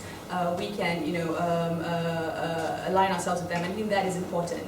But I think at the end of the day, they're also making a stand, and they're also trying to help define future policies for the nation, which are hopefully going to, you know, help us build a nation that's more inclusive, that we can be proud of, and that we can be happy to live in. So, you know, I think it's a combination of both, but I think it's also very encouraging. And I would also just want to end by encouraging all of us to think about how we can contribute in our own way. And it doesn't have to be by direct involvement in politics. It might just be in activism. It might even just be by coming to these sort of talks and discussing and debating with your own friends. But everybody has a part to play, and you know, there's a role for all of us, is how I would like to. I think the question really has been, I think the question is, would I personally vote for a politician on the basis of policy or personality? And I think that I have already said that for me, it would be policy first, because a politician, a good politician who implements bad policy does no good, first of all. And when we speak about policy, I mean, policies have to be based on promoting environmental, social and political justice, first of all. And they also have to be based on protecting the Constitution. I think we've repeated that ad nauseum, you know, here tonight. But I'd like to say that, really, if we don't take part in politics, if we don't take part in the discourse, then, as been pointed out earlier, then we can't complain if sheep rule over us, because that is what happens, okay? And also, authoritarian governments have always in the past been very, very good at using the fear factor to keep our position. And what we don't want in Malaysia is a situation where you arrive at a Libya, for instance, where you end up with a situation where civil war was the only way that they could get the incumbent party out of government. I mean, that is a very, very bad situation that nobody wants. So I think that we are at a crossroads, and that nowadays none of us can actually afford to say that we're not interested. And looking at policy is a start, but it isn't just looking at policy. You have to look at what happens when policy is implemented. And I think my friend's point when he says that, 2 years is too short a time to see whether or not any of these projects are going to bear fruit. However, what worries me is that a lot of these projects bear the mark of the previous mega vanity projects that have already occurred in Malaysia. And in these instances, these mega projects existed principally to cream of money into the pockets of the elites, and very little benefit actually accrued to the poorest citizens in the country. So it remains to be seen what implementing these policies actually achieve. But I think when we look at policy, we have to be very careful about what implementing the policies actually mean. And I'll come back to Chile. Okay. The connection between Alain's murder and neoliberalism isn't weak, it's actually very strong. Because neoliberalism was dreamed up by Friedman and the Chicago School. And they leaked a monetary policy across to Chile, which was then taken up by the elites in Chile. And the elite then used this monetary policy to consolidate power. And they also used it to carry out a military coup. After Pinochet carried out this coup, he then implemented these policies. And it was called shock treatment. And at that time, the United States backed this. And they backed this out of ideology because they were frightened that Latin America would become communist. They didn't do it for any good reason other than that. And Alain wasn't a communist, he was a socialist. And under him, there was actually a very strong middle class in Chile. And when Pinochet took over and implemented the neoliberal policies at gunpoint, because he disappeared thousands of people, Chile became the most repressive and the most violent country in South America. And even though he's gone now, the legacies of those policies remain today. So we have to look very, very carefully at policies, and we have to look very, very carefully at how policies are actually implemented and what the outcome of those policies are. Because the outcome of these policies in Chile was an absolute disaster. So I want to go back to my point. My point is policies first, and policies based on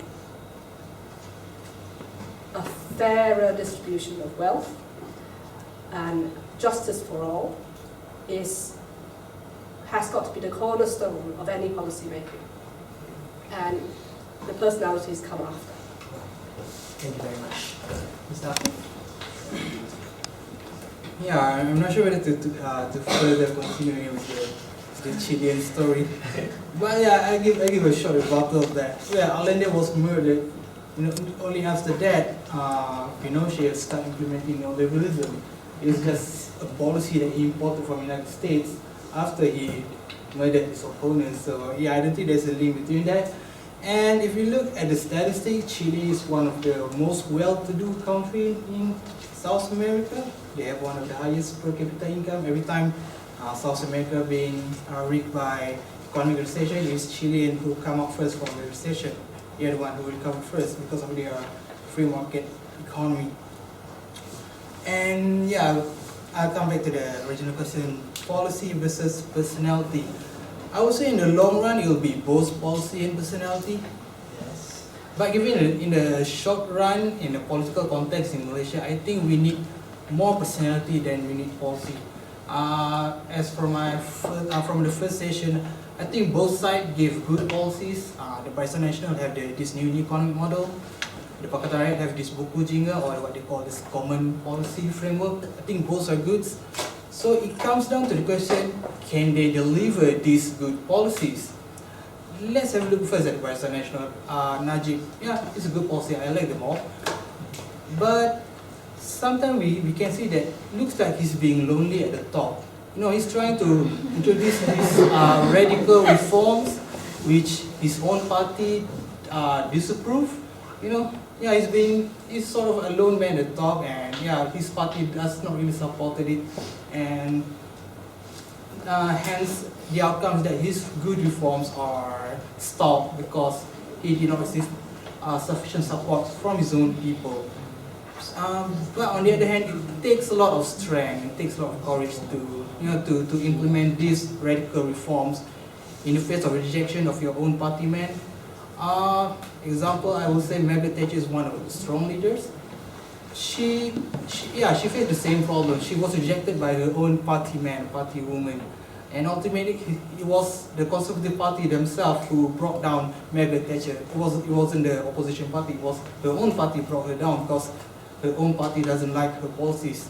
It takes a lot of courage to be, to come up with all this radical reform much needed by the country. And Margaret Thatcher did introduce a lot of radical reforms to the United Kingdom. And on Pakatan Rakyat, I would say that Anwar Ibrahim, he has this strong characteristic. He has strong personality. He managed to unite. He managed to establish this Pakatan Rakyat. I'm amazed how he can comfortably unite this DAP and PAS. DAP made up of secular, social democrat, predominantly non-Muslim. Then we have this PAS, Muslim, Malay, traditionalist. Yet they put these two parties into one platform to to work on something they can agree on. It takes a good personality. It takes a good leader to do that, and he managed to do that. So I would say it comes down to personality. Personality. What I mean by personality is that does he can do the job? Does he have this persuasive skill? Can he unite the people? Can he gain the support of his party man? So it comes down to personality over policy when it comes to Malaysia in this short term. Thank you very much.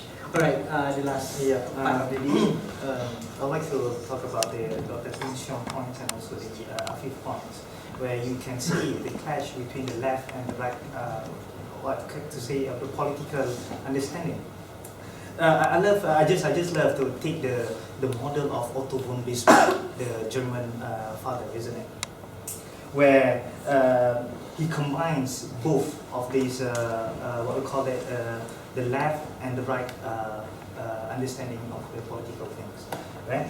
The first one is implementing the limited government power, which I think it satisfies what libertarian is working on for the implementing in Malaysia. And the second one, let the people to choose. That's liberal, where we have the freedom to choose.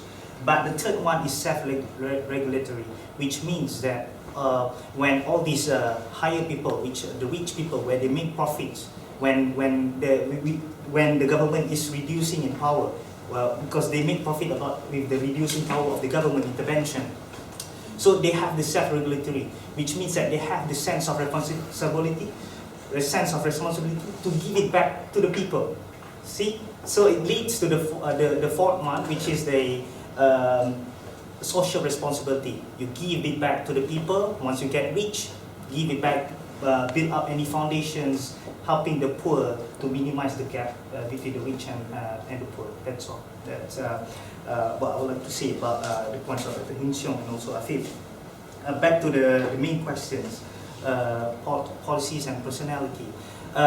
Because I've been educated in the very strict background of Islamic foundation, where we were talking about when it's very clear in Islam, when you were saying about a good leader, Allah said in the Quran about kuwah wa amanah.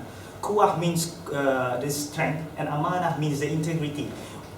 If one of them is not even, if a leader is not having one of them, is not supposed to say he is a good leader or is a good leader of the country. Because we need these kind of characteristic, and it's clearly said in the Quran.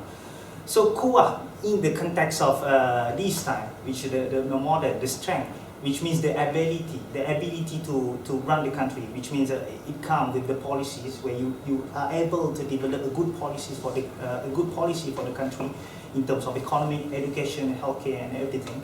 Apart from that, the ability to take pressure the ability to take pressure from foreigners. For example, the international relation, for example, like you are being enforced sometimes by the big power to enforce certain laws and regulations in your country. And amana means integrity, comes to the personal one, isn't it? Where you have to be responsible on whatever action you took, and also it comes with a very strong moral, strong religious educations, where you have the sense of giving back to the people, responsible to what every actions you took for the sake of the people, not for your interest. So a lot of points have been taken by all these panelists, so I can't say anything about it. So for you, it's personality, is it? Yeah. Our Prime Minister Najib has, we know that he has this ideology of running the government like a corporation. It is my understanding, correct me if I'm wrong, that he sees running the government as running it like a CEO and running as a corporation. However, my personal opinion is I think that's quite flawed, because I think, as Yolanda has said, a government being in politics should be something about public service, right? Doing a service for the people, for the rakyat. So I guess my question is, what are the panelists' opinions on this, on the ideology of running the government as a corporation, or with those corporate, ideologies? For example, you've got all these acronyms, GTP, ETP, KPIs, these are very corporate terms, and I've worked in a private university, so I know what it's like. What is your opinion on that versus something that is more socially grounded in governance? My question pertains to a recent case where in Malaysia we had the Saudi Twitterer. His name was Hamzah Kashgari, and he posted a tweet on his Twitter post which allegedly had insulted the Prophet, and so he deleted his text and he fled to Malaysia, and he was there for 2 days, and on his way to New Zealand he was captured by our authorities and promptly deported out of the country. So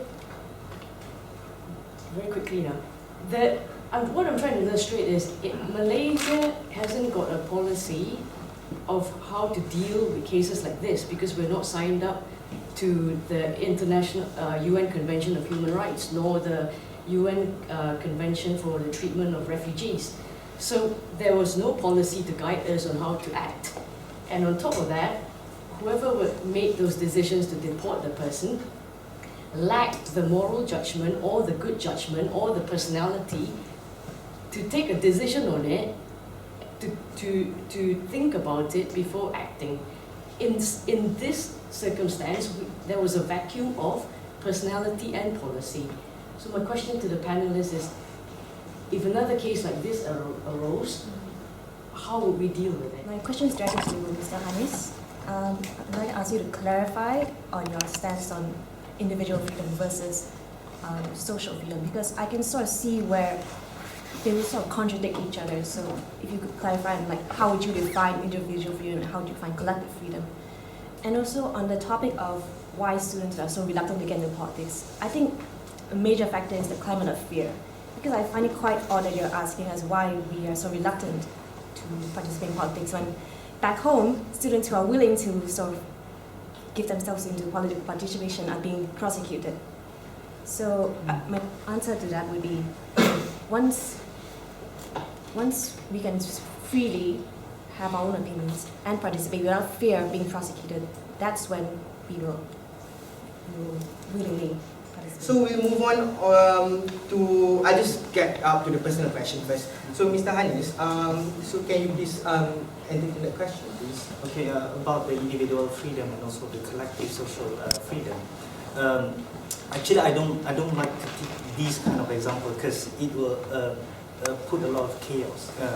But I have to say something like this. It's about the LGBT thing in Malaysia, where some of the Malays, especially the conservative Malays, educated in a very traditional Islamic education, they were really sensitive about this issue. But when these kind of people, the LGBT activists, they are standing on the equal rights, the freedom of choosing what they want to be, isn't it?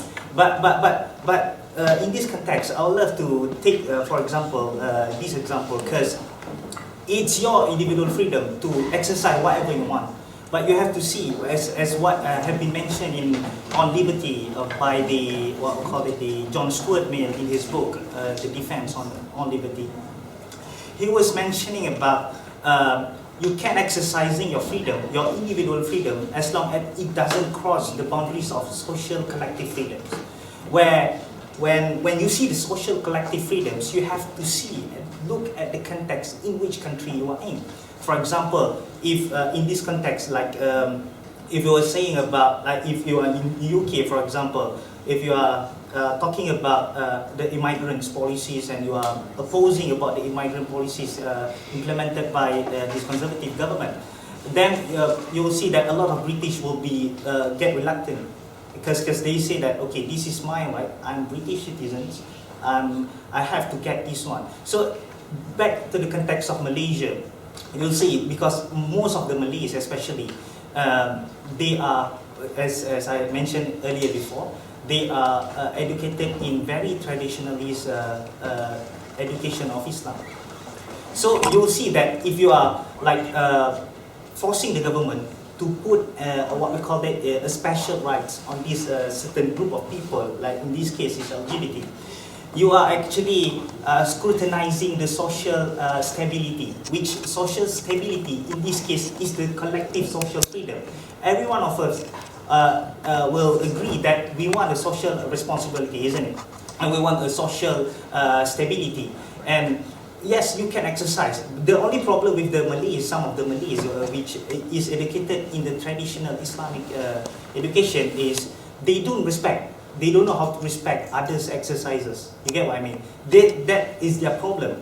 But apart from that, is our problem too, because we are not respecting the social stability, which account for the social, what we call it, social collective freedoms. So I think it's just more towards understanding and respecting each other. Yeah, but I see the problem with that is the way you put it is that it seems like there are certain restrictions when it comes to opinion, because I've been mentioned earlier, I mean, from the introduction part, I believe the education system is needed to be improved and to improve the quality. That's what I mean, that's what I'm trying to say. Improving the traditional part and also improving our understanding as the what we call it, the more intellectual or more open to the what we call it, the global global things, for example. To jump on that and just add up, to jump on that, which direction do you think our education system should go forward? Okay. You mentioned about improving our education system and whatnot. Which direction should it go? To be honest, I never go in-depth research on the education system, but I believe if I've been given an opportunity to improve the education system, what I would improve first is the education of Islam and the understanding, promoting understanding of Islam among the non-Muslim. Moving on to the first question by Mr. Adil. So about running a government, is it running it as a corporate or running it as a public office? So can I just get Mr. Zariman and Ms. Yolanda Augustin to answer on that? Either one can start first. So gentlemanly, thank you. Well, I have very strong feelings about this. I think basically if you want to go into corporate business, then you should be going into business. But if you want to go into government, then it has to actually be public service that you're looking at. And I feel very strongly that where there's a very worrying trend to sort of privatization and corporatization of Malaysia, to become something like Malaysian Incorporated, where first of all, you know, with the whole corruption situation, we continue to see that the sort of top 5% of society is actually having something like 80% of GDP. And there's the super rich who are earning something like 200,000 ringgit a month. But then, you know, average graduates like us, if we were to go back, would probably be on about, you know, 2,000 or 3,000, and perhaps have to get support from our parents if we want to try and buy a house or a car, etc., etc.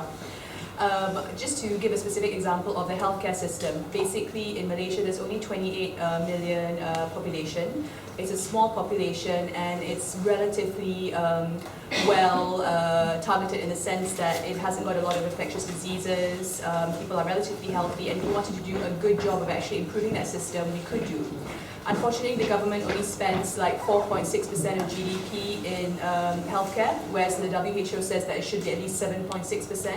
And out of that 4.6%, they only spend 2% in the public healthcare sector. 2.6% is actually spent in their private finance initiatives in things like the partly privatized Institute Jantung Negara and the Kumpulan Perubatan Johor, etc. And this has actually created a really sort of devastating situation where our parents, once they get to the age of 70, will not be insured by private healthcare insurers anymore. If you live in places like Kuala Lumpur or Penang or Johor and you're lucky enough to have good access to healthcare, then you're probably okay. But in the majority of Malaysia, there are huge discrepancies in terms of healthcare indexes. And if you look at places like Sarawak, for example, the maternal mortality there in the interior is something like 90 per 100,000 compared to 30 per 100,000 in the rest of Malaysia. And I just feel very strongly about this because we don't realize that the real cost of open heart surgery, for example, for like replacing a heart valve is like 40,000 ringgit. Bone marrow transplant for leukemia is something like 200,000, and that's not actually supported in the public healthcare system. So what happens when 19 and 20-year-olds get leukemia is that more often than not they have to go to their political parties like MCA or MIC or whatever and ask for donations to actually be raised from a public pool to actually finance that. And so my question is, why have we allowed this sort of situation to occur when we know that healthcare and education are two of the main indexes of a civilized society, and if we really want to become developed, in my opinion, we don't need the Petronas Twin Towers, we don't need the Bakun Dam and all these other sort of vanity projects which look amazing, because essentially what's happening is that we're getting like first-class infrastructure but with a third-class mentality. And we need to actually be thinking about properly staffing our A&Es. We need to make sure that when you have an accident on the Karak Highway, there is going to be an air ambulance that can get to you and can actually give you life-saving treatment in that half-an-hour window you have to survive.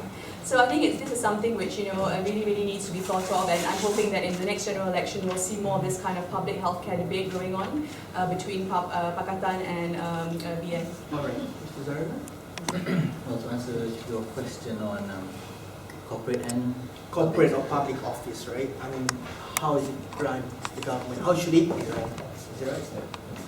Well, in terms of your comment saying that it's been more like a corporate look, the acronyms and all that, I think, well, my opinion, public service is always the best, but maybe it's his style to use a corporate way, but at the end of the day, I think the main thing is he's tackling the issues that's being brought forth from previous years.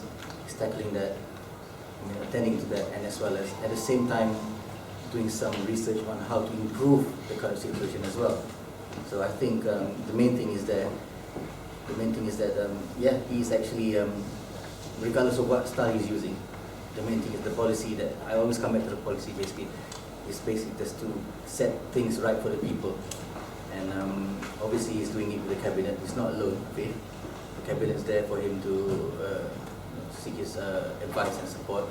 The cabinet is there who elected him. They will work as a team, and I'm sure that there's no any discrepancies between them. All right.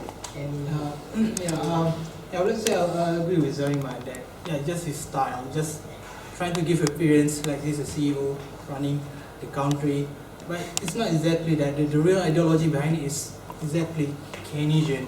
He's pouring billions of money to stimulate the economy, he's restructuring the economy. It's still economic planning behind. The real ideology is economic planning. If it's true, it's not any other kind of ideology. I will agree with Milton Friedman, saying the government have no business in business. So although he's doing the right thing, liberalizing all stuff like that, but although I don't agree with his economic planning part. And I would say this corporate thing is just for public consumption, just for public relations stuff, for him to improve his image, because the public wants to see someone running the country. So maybe he gives this perception that there's a CEO running the country, so you should be safe. So yeah, that's my opinion. Do you have any? Yes, I mean, I'd like to say that I agree that the governments should not have you made the statement that governments have no business in running corporations, but then corporations have no business in running the government as well. Okay, so the two, we're going to say that the two have to be mutually exclusive. So, but therefore, it comes to my point where I think that what is not, but that is what is not happening. That is exactly what is not happening. Because what's happening is that you have these mega projects, which are, I think, in essence, financed by the government because they are contracted out to private firms to then build. Okay, so you blur the boundaries immediately, and that has got its roots in the private finance initiative, which has been established in quite a lot of countries over the world. And that has deliberately blurred the line between public spending and corporate finance.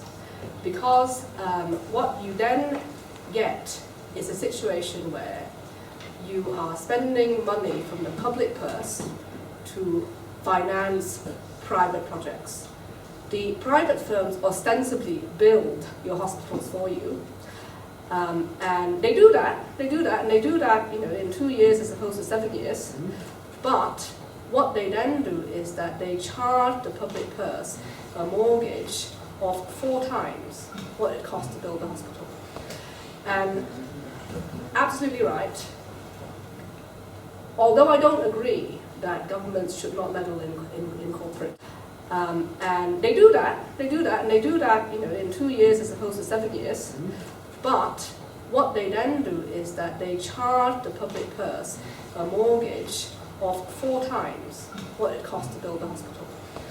And absolutely right.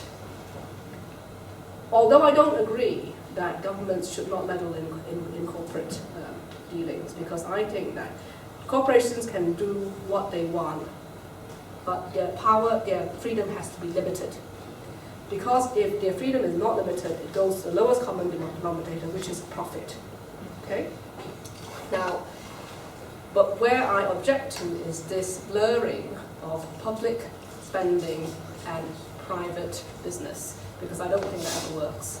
And I think that if you're going to be if you're going to be a politician, then you are going to be a servant of the people first. You're not a servant of corporations. Okay, moving on to the questions about the Saudi Arabian Twitter, who mentioned Abu was extradited, and although the court ruling was there, but it was too late to help to make sure he stays in the country. The interim order was a bit too late. So the question is, if it happens again, say tomorrow, I pray for it not to be, but if it happens again tomorrow, what should we do, right? The question is, in the absence of policy and in the absence of good judgment in the personalities that we have today. Okay, so anyone want to start? I probably sound a bit boring because I'm banging on about the same subject, and I apologize. But I do actually think that that's really key to the discussion that we're having here today, because it's Malaysian government's human rights record in respect to the ISA and the UUCA, for example, that is making some of us afraid about voicing our concerns or speaking up or getting involved in politics. And in a similar manner, Malaysia has sat on the Human Rights Council for 2 terms now, without actually signing any of the UN conventions on human rights, which to me is actually really bizarre and very wrong. And I think the fact is that what we need really is more vocalization from civil society in general. And I think also for people to realize that essentially at the end of the day, as if you're part of the international community, you do have rights that go beyond your citizens. For example, like the way that we treat migrant workers and refugees in Malaysia is actually very bad. The way we treat Indonesian maids and those sort of people, it's just appalling, and we don't have any proper labour laws or any proper legislation to look at that. So I think when we talk about reform and we talk about moving forward, we actually need to start making the Malaysian government sit up and pay attention and realize that it has to be accountable, and it has to actually bring itself into line with sort of human rights norms that are acceptable to the rest of the international community. Because I think that, you know, there's been a huge outpouring of dissatisfaction on this whole extradition case. And I think we'll see soon. I mean, we'll see soon what the ramifications of that are for this person. But no matter what we say or think, this is one person's life, a 22-year-old who, you know, essentially at the end of the day, is, you know, probably going to be persecuted in a pretty bad manner. And the Malaysian government is accountable for some of that because they played a part, you know, in extraditing him. And yeah, I think it's great to talk about economic reform, and it's great to talk about policy and all that, but we need to come back to the basics at the end of the day, which are basic human rights and civil liberties, because we need to feel that we're safe living in our country, and that we also accord basic human rights to other people, even if they're not citizens, as part and parcel of you know, being good human beings, and yeah, just being a human being, I think. And I think that's one thing that's probably lacking on the policy side of things from the Malaysian government. So it's stressing on the needs of making up policies for the human rights as well. Yeah, I mean, I think basically Malaysia has to wake up, and it's sitting on the Human Rights Council. It has to accept that it has to start signing up to these treaties, and it has to start behaving in a manner which is acceptable to the international community, and not just sort of going off and doing its own thing. And I think, you know, particularly with students, that one of the reasons why we are seeing a huge brain drain and why we're not getting, you know, the best going into politics and policy is because we're just not encouraging it at university. You know, yeah. When talking about this, right, usually we always have asymmetric information, okay? There are things which are clear to us, like rising living costs, for example, because the people in Malaysia are experiencing it, so they know what is happening. But then the issues like corruption, the issues like the abusal of taxpayers' money, for example, it's more subtle, it's more complex, and you don't know where to search for the information. So my question is, how do you rectify the credible and trustworthy information in these days? Because there are so much of information these days, and yeah, how to choose the information? Okay, sure. I think that we should have something akin to what happened a few years ago here. Do you remember the MP's expenses scandal? Does anyone remember that? Yeah. Whereby the MPs were forced to declare the expenses that they claimed at the expense of the public purse. And that is one way of moving forward. But in order to do that, you will have to have an independent auditor. Okay. So that's how I'd do it. Because from what I remember from that case, that female journalist got into a lot of trouble, and she was a lot of pressure was put on her in the UK to keep quiet about MP's expenses. But obviously, when they were forced to publish it, I don't think that contributed in no small part actually to the downfall of the Labour government, because people were so shocked. So I think that is a very good way forward, that MPs will be made to declare their expenses to an independent auditor. Not to the Internal Revenue Service, because they can hide things, but to an independent auditor, and I think that's one way of doing it. Alright. Can you just clarify a question? Do you mean just for finance, or is this just information as general? How do we get the information? Like we have like so much of, I call it as smear campaigns, because there are no proof, okay? It has not been discussed in the court yet, but then there are so much of talkings here and there, and then you don't know what to decide on. So depending on the information that you believe, then only you can go to the ballot box and make your decision. So if you do not get the credible and the true information, how are you going to decide, right? So my question is really how to find all this information. Is this information available to us? Because we want to really make the right decision, not just for us, but also for the generations after us. So then, yeah, where to search for all this information? If you can give some guidelines. So I suppose the question is how to filter with all this massive influx of information. How can we discriminate between the right information and the wrong information? I would agree first, like as Zariman said, we need transparency, we need to know everything. then first we can filter all these informations. Yes, it will be very difficult to live in this digital era. We have too much information. How do we rectify? How do we know which one is right, which one is not? It will come down to individual responsibility to, it comes to ourselves, to pick which ones are the right and how to do it. Yeah, we need to interact with a lot of people, do a lot of readings, trust yourself, stuff like that. Right, so basically more on like researching more on it's come down to individual responsibility. Yeah, I guess it boils back to the problem of not having free and independent access to the media in Malaysia. Because I don't know about you, but when I do go back on holiday, I don't bother buying the Malay Mail or New Straits Times anymore because I don't feel I'll get any solid information there.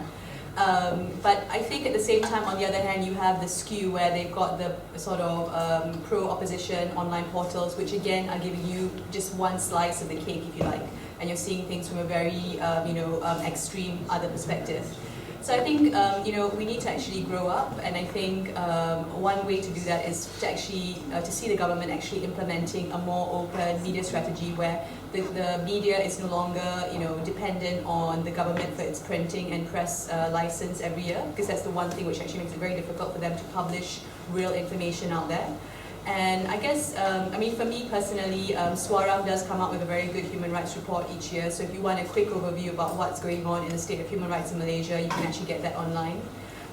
Similarly, Transparency International does have a Malaysian office, and it does have a Malaysian website as well. So you can go to the Transparency International website for Malaysia. I think I also go to things like Human Rights Watch and Amnesty, who also do sort of regional reports on Malaysia. But I guess that's more human rights based. But I think it's an ongoing challenge, to get good quality information and to discern, what's relevant and what's true. Before we move on, anyone want to add up to? I just want to add up to how to filter the information, because I think that's one of the big issues revolving around the students, because we have a tendency to take most of our information from Facebook, Twitter or something, isn't it? That's the reality of our current generations. We just ignore about the books, the thick books like the report given by Amnesty International, whatever it is.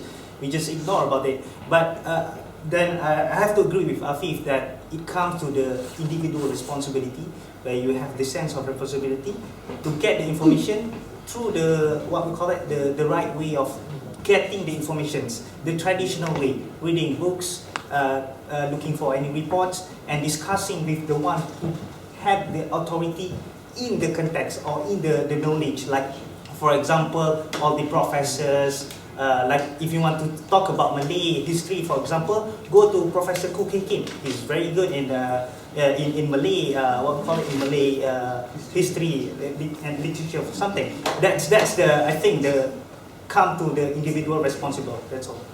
I would like to further add more that another one way to filter all this information, try to look for more independent sources. Like example, newspapers, where we have few independent newspapers, the one which is neutral instead of being biased. Can you name them? Last time I left Malaysia, I bought Sinar Harian. I like the newspaper, they are balanced, they cover both sides. And for the internet, I think the Malaysian Insider, Free Malaysia Today, I think they are fairly balanced. I think. Okay, back to the questions of the Malay, the definition of Malay. I have been discussing about the definition of Malays with a lot of my friends, and one of them is Hilmi. He's studying what we call it? History in Kings. Yeah, history in Kings. He's very good in history, especially in Malay history. What he was saying is the Malay definition is being Malay itself is being created by the colonial. Because there are a lot of like Jawa, Bugis and all this stuff, and there are a group of Chinese, there were a group of Indians, because they want to ease the what we call the pengurusan of the colonial at that time. They just simply put the Malay and collectively put all these Bugis, Jawa into the definition of Malays. So when we come into power, like let's say when we come into the independent side, it's just hard to what we call it, to recover the mess created by the colonial. You get what I mean? And seriously, to be honest, we don't have the real definition of Malays. We just have to put it somewhere in order to what we call it, to progress or something.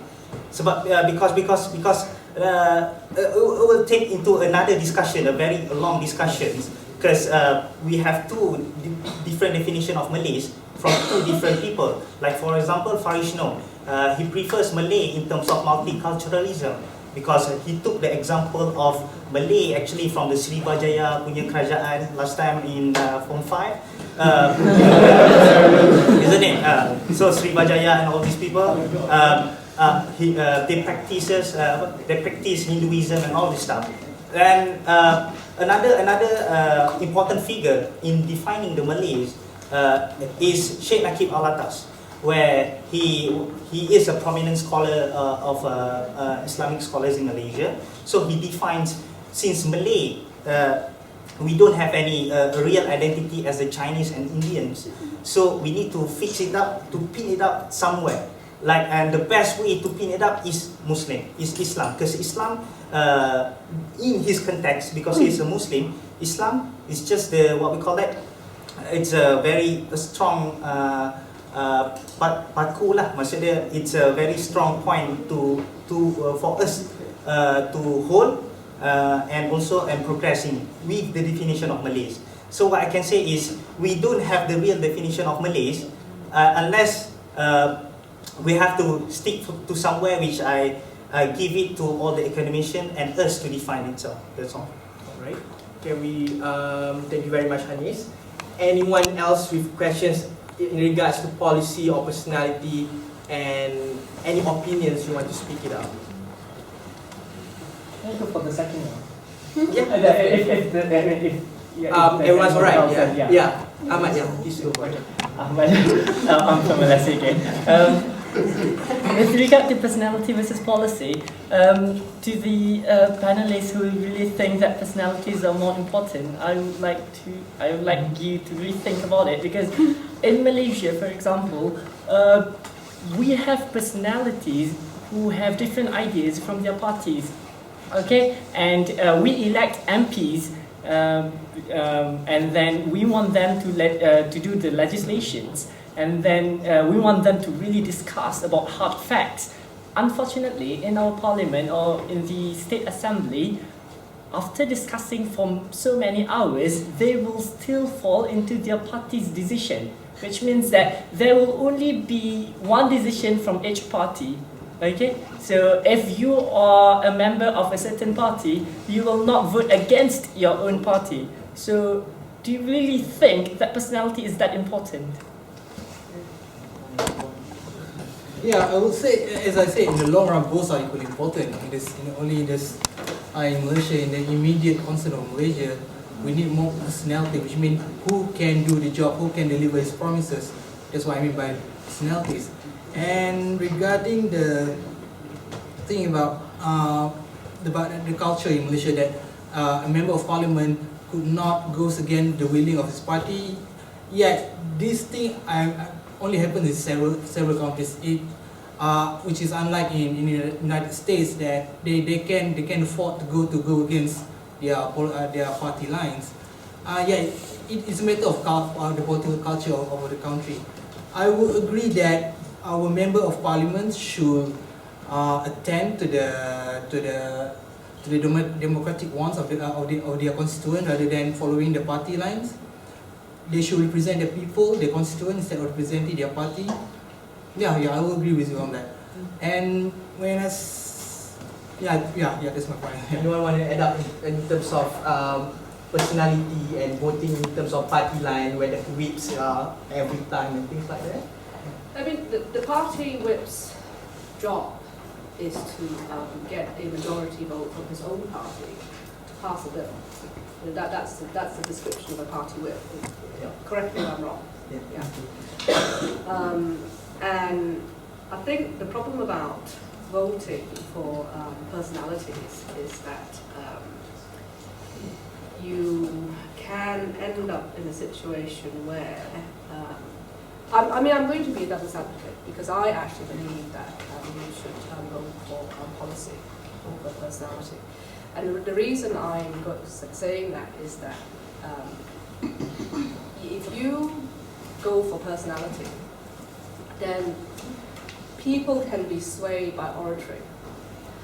And you can see this throughout history, where people are elected, they're actually elected to office on the basis of their oratory.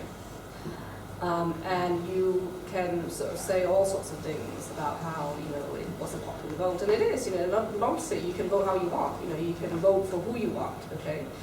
And the problem with going for personality is that I can project my personality as a very nice person to win votes, but I'm actually not. How do you know I am who I portray myself to be?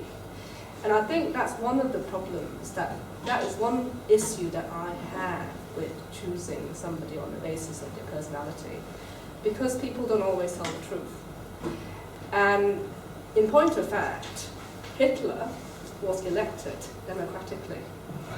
He was, on the basis of his oratorical skills.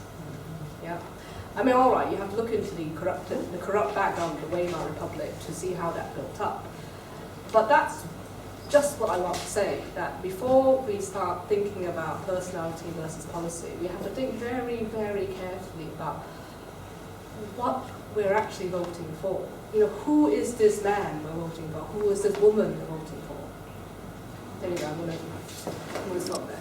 All right, thank you very much. Anyone wants to add up to the conflict between policy and party and personality? If not, due to the constraint of time, I'm going to conclude the session, but before that, I'm just going to allow each panelist to use 2 minutes of our time to give a conclusion, as well as to 1 minute of our time, as well as to choose one sector which is very important in the coming GE. So can we start with Ms. Yolanda Augustin, please? I think everyone's quite tired by now, but it's been a very encouraging debate, and I hope that we can have more sort of discourse here.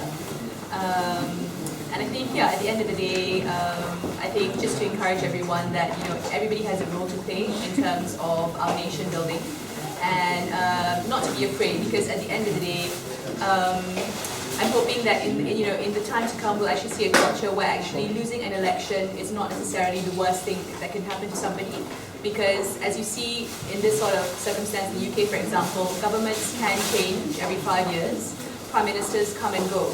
But what happens when someone goes from being the government to the opposition is that they then spend the next 5 years looking at how they can improve themselves, becoming a shadow cabinet and trying to come more in line with what people want and the sort of popular vote, and trying to understand their own voters. So I think that's something that's really important, and we need to try and encourage that in our political culture in Malaysia. And remind politicians that they're there to serve us, and also to serve the country rather than just themselves. On that note, if you are 21 and you're a student here, you actually do have the right to vote from the Malaysian Embassy to a postal vote. So I would encourage you to make sure that you go and get registered, because the electoral roll only gets updated every 4 months. And you can register at the High Commission from Monday to Friday from 9 till 12 p.m. And when election day is called, you can actually go to the embassy and you can actually register for a postal vote. And I'll just leave you with a little puisi. Anak lembu berjoget di tangga, jatuh tergolek, tercedera parah. Kuasa menundi di tangan kita, pastikan digunakan dengan bijaksana.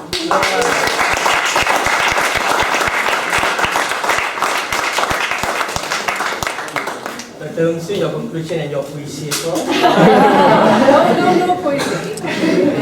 I'm just going to conclude by saying that I don't really personally care, which party gets elected to power. But what I'd like to say really is that whichever party gets elected to power, we have to remember as citizens that we have to hold them to their party promises. And that is what the essence of a democracy is. And if they don't keep their promises, you're all allowed to vote them out.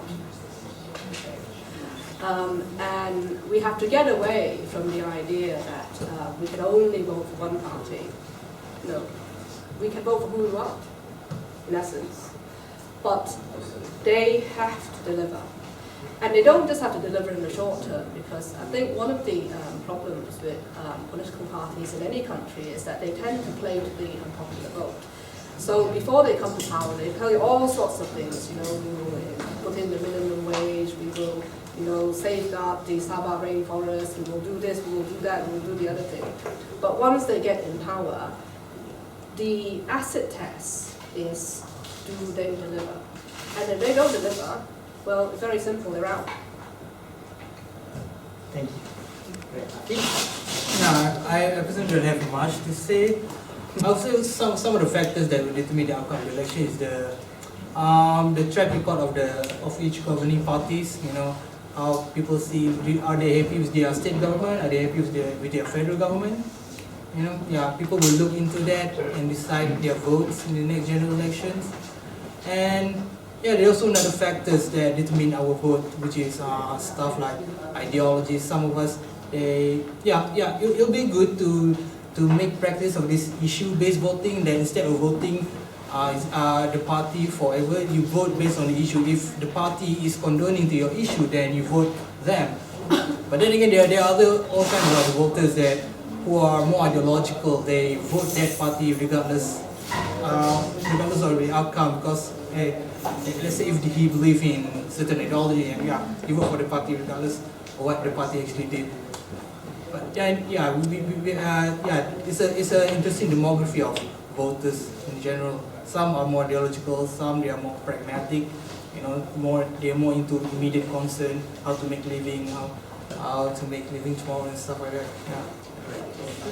My conclusion and my advice maybe is to choose the policies, because I think it's very important and it's an urgent action for us to see the reformation of our country, to deliver the good thing to our citizens. And please do make your judgment. Don't just simply jump into a conclusion based on cheap information. You get what I mean? Cheap information. Do some research. That's your responsibility, especially the one who students who get scholarships or in private. But you are in UK, in a very open country, and please get the opportunity, get all the books in library or something. Make some research and deliver it to your family. Maybe a small committed group of people can change the world. That's how I believe. Thank you very much. Well, say thank you to everybody, organizers. Just to conclude, well, from Government, obviously I will stand on to the end policies. But however, having said that, obviously I want things to improve. I want in the end people like Yolanda. I'm so happy with what the governments are doing. So I would just say, vote for the right person that you think, obviously, but I would hope that the government also, the current government can also give the people what they want on every angle. So yeah, that's what it is. Okay, thank you very much, everyone. My sincere apologies for if it's too draggy or everything. I hope this is not the forum where you can decide which party to vote for, but where you can start to look for which party to vote for. Thank you very much, everyone.